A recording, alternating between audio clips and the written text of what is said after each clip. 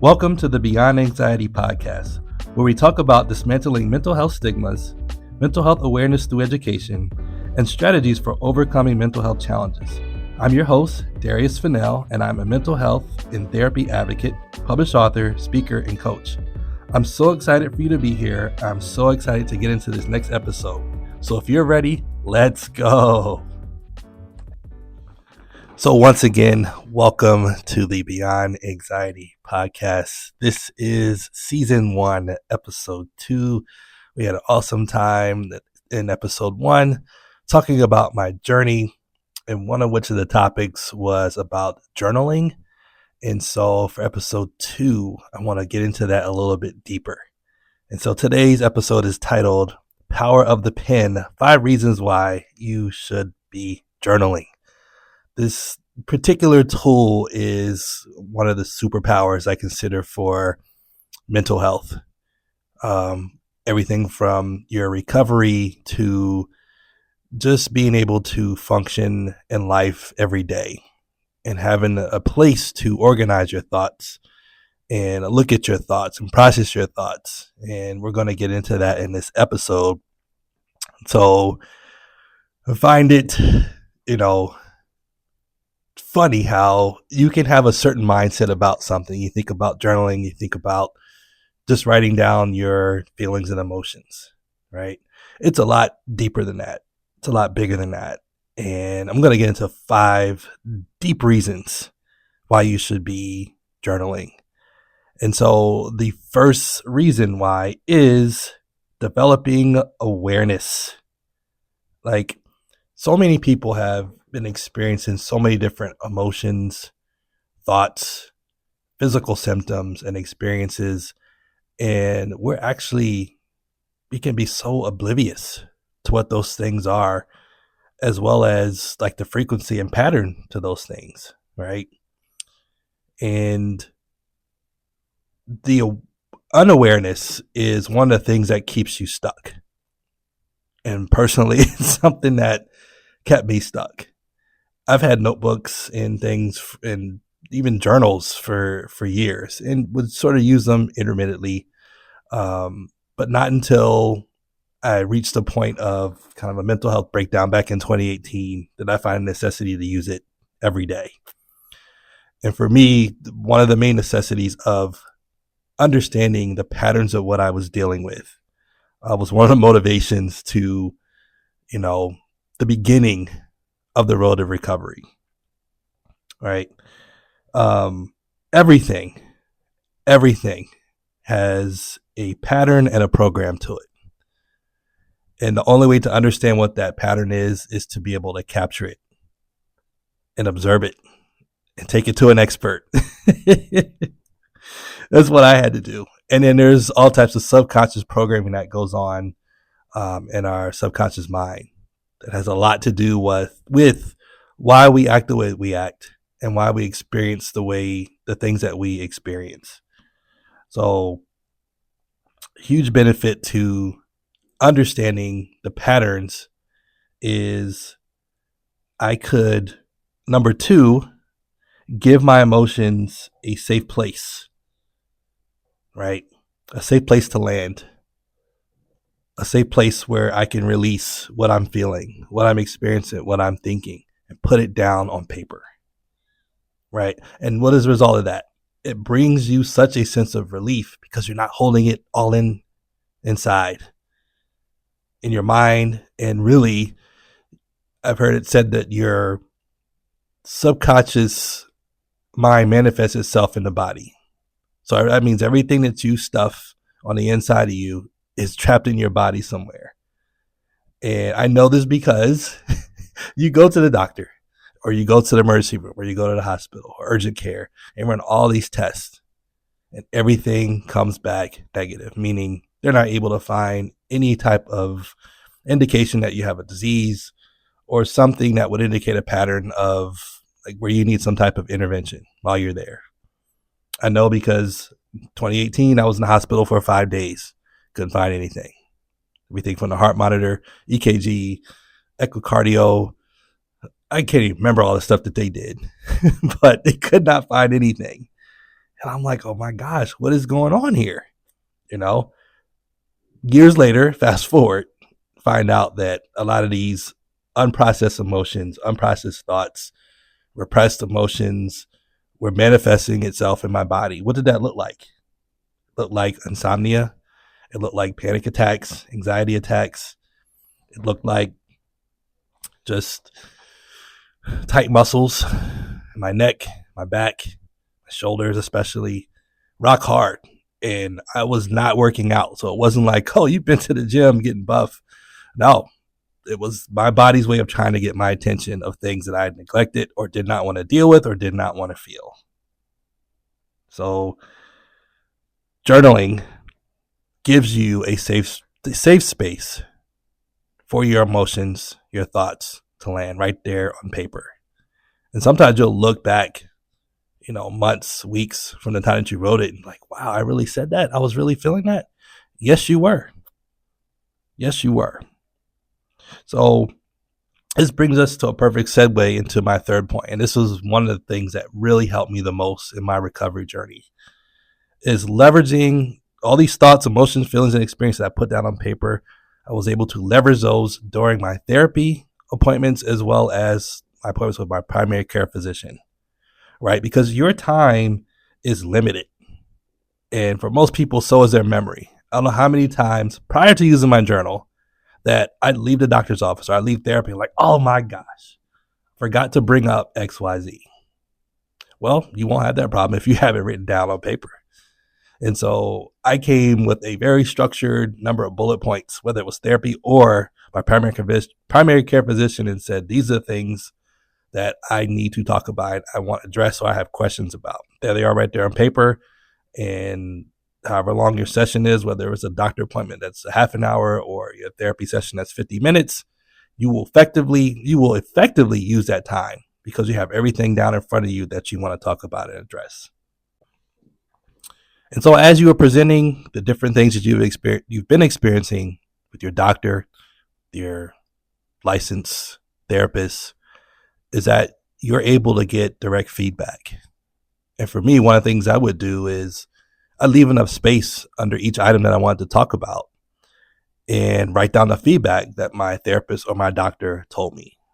Why? Because usually there's some type of mindset or challenge statement that I need to have a changed mindset or think differently about. And so when these thoughts come up again, I can go back in my journal and say, okay, this thing is occurring again. It's happening again.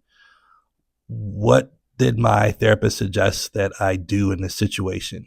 Or what are the options that are available to think differently or challenge these thoughts or have a different mindset about or see a different perspective?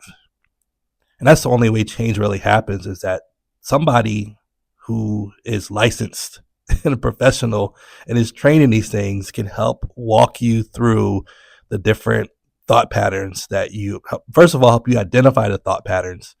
And secondly, help you to modify and it's a term used in cognitive behavioral therapy, and reframing those thoughts. All right. And so over time, you begin to really reprogram your brain and reprogram your mind. That gets us to the fourth point, which is cultivating a growth mindset, right? If negative thoughts come, what is the positive thought that would counter that? And it's not that you're trying to fight thoughts, but they're like seeds. Or you can think of them as two different animals. Whichever animal you feed, the negative thoughts or the negative positive thoughts, whichever one you feed, that's the thing that's going to grow. Right? So you can have anything from affirmations, goals, and you also want the ability to track your progress. How far have I come since, a month ago, a week ago? Or what is it that I'm noticing a pattern of that I find myself getting stuck, right? There's certain areas that maybe you are making a lot of progress in, but there's these two over here that, okay, these are areas that I need to improve in. It's not a sense of judgment, or it's not, oh, I keep failing in this area. It's, okay, I need some help, right? And the more you're able to identify where your deficiencies are, you can use, again, last week we talked about the superpower of vulnerability and taking it to those safe places and safe spaces where you can get help, like therapy.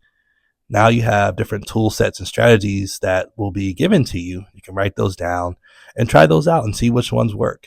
Not all the strategies will work. I certainly, gave feedback to my therapist and say, okay, this was effective. This was not effective. Okay, well, let's focus on the things that are working for you and continue to grow and expand in those. Right. And then lastly, and this is probably the one I enjoy the most, the fifth reason why you should be journaling is to celebrate your wins. I heard someone use the phrase that you need a success journal, right? Just a place where you can write down all your wins, no matter how big or small they are. A place where you can celebrate yourself. The importance of doing those things that nourish your soul and recognizing those things that feel good and writing them down. Those are wins. And so because I'm laughing because this is one of the things that I have struggled with and saw very often throughout the recovery journey, particularly with anxiety. And that is, your brain, especially your subconscious mind, is always looking for threats and things that it wants to protect you from, right? And a lot of times that monitoring system or your security system is hyper vigilant. It's going crazy. The slightest thing is an absolute catastrophic threat that could, rip the fabric of the space-time continuum. It really is not that big of a deal, but somehow, life and stress and repeated stress, CPTSD, caused you to reach a point where your nervous system is very hypervigilant for negative things, but it's in essence trying to protect you. And so what ends up happening is the slightest thing that happens, your mind will try to convince you that all the progress that you made was for nothing. And so looking at the success journey and looking at the term I'll use before, which was the success journal, is you have evidence.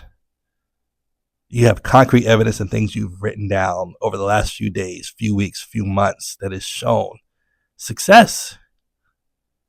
And so it doesn't mean if you have a bad week that you have to start all the way over and start from scratch. I don't know how many times I went through that. Oh, bad week. I suck. And we have to start all the way back at level 0 again because it's just awful.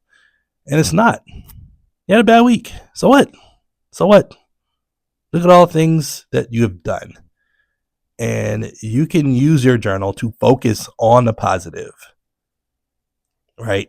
And it's not to be in denial about having a bad week or bad things that happen, but you don't let those nullify all the good things that have happened. And you decide where you want to meditate and focus. Do I want to focus on the 1 or 2 things that didn't go right? Or maybe I had some anxiety symptoms or mental health challenges that I thought I was done with, and now they're back. Maybe. But does that counter the last 2 months of good success and good experiences that you've had? Not at all. And so you want to use your journal to identify those things, revisit those things, and really bring comfort to yourself to say, okay, bad week. I'll keep moving and continue to collect these wins. And not just collect them, but write them down and remind myself and celebrate myself. Celebrate these wins. Celebrate these good moments. And when you do that enough, you start to develop a sense of confidence.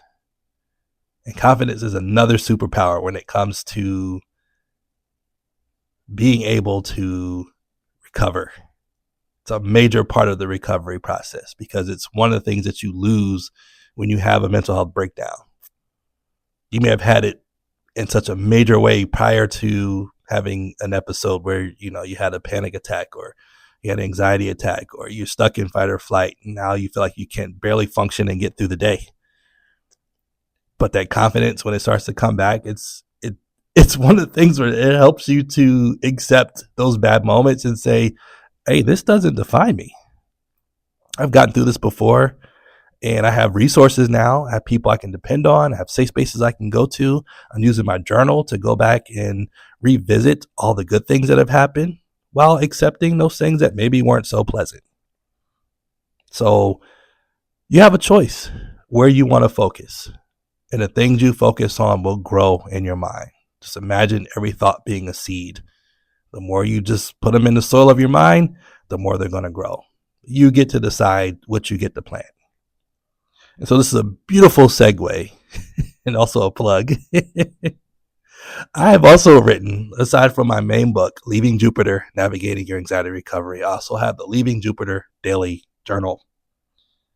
It is one of the things that I wanted to come up with as a complement to the book. And there's some spaces in the book where you can write things down, but I'm like, no, you need a lot of space to write the things that you want. Now, there are spaces in there for you to just write whatever you want, blank lines.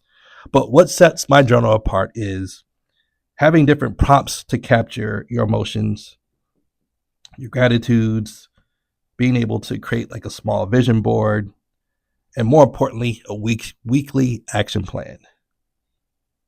You cannot grow what you don't track. And the action plan helps you to write down the things that you want to get done during the week, along with your goals, and also identifying an accountability partner, which is another key part of recovery. Who is that person that can come and check on you and ask you about, hey, you had some goals that you were trying to achieve. How are they going? Do they have the right to tell you when you're wrong? Do they have the right to question certain mindsets that are getting away from the goals that you wanted to set? It's not about giving them control of anything, but you need at least one safe place in person, to me, preferably therapy, to where you can be held accountable. And really, if you don't like the word accountability, think of it as partnerships, right? Or think of it as, if you're trying to go to the gym and get in shape and you have a trainer, right? They're going to hold you accountable. I want to lose X amount of pounds, or I want to be able to lift X amount of weight. Well, they're going to get you there, but there's going to be things that they require you to do. And so if you're not doing them, they're going to let you know about it. And you need at least one friend in your life who can do that for you. Because again, these are goals that you set out to do. And it's very easy to cheat yourself if you just say, I don't feel like doing it today. Or, not a big deal if I didn't do everything that I told myself I was going to do. You need to honor yourself and get it done. And you need at least one person who can say, hey, how's it going, man? And so I still have to say is you identify that person and you write that person's name down in the journal and give them space and permission to ask the hard questions. And why do you want to do that? Because those are the things that are required for a lasting change and for you to get to where you want to go. And especially if you're trying to be on a journey of recovery. So that is available to you on my website, beyond-anxiety.com, as well as Amazon. And so you can purchase that there. In the event that you just need a place to write, get a spiral notebook. It doesn't have to be fancy. I just have things in my journal that make it very easy for you to be able to write down the things that you're thinking about. Prompts nicely laid out. There's places where you can sketch. There's places where you can kind of circle stuff. If you don't quite know what you're thinking, there's different things that you can select. It makes it very, very easy, and it's super intuitive and easy to follow. So that's there for you. But again, I just want to recap the 5 reasons why you should be journaling and why it is so powerful and so necessary and needed in the recovery process. Developing an awareness, understanding your patterns, understand the things that you are thinking, feeling, and experiencing, right? Number 2, giving those emotions, feelings, and experiences a safe place to land, providing a place of release and relief. Third, you're leveraging your journal as talking points to talk with your therapist, as well as your PCP, primary care physician, right? The time is limited. You don't have a photographic memory. Most of us don't. Once you got it down on paper, and there's no way that you're going to miss those points, right? And it gives you an opportunity to get feedback for each point, so you know what to do when you encounter that outside of the office. Fourth, cultivating the growth mindset. We talked about affirmations, goals, and tracking your progress. It takes a little work, but it is necessary. And then lastly, celebrating your wins, countering the negative thoughts, countering the all or nothing mindset, and breeding confidence. It's such a necessity and a necessary piece for the road to recovery. And I know that's what you want. That's what I want for you as well. And again, I have my own journal that I've put out for sale, available on my website as well as Amazon.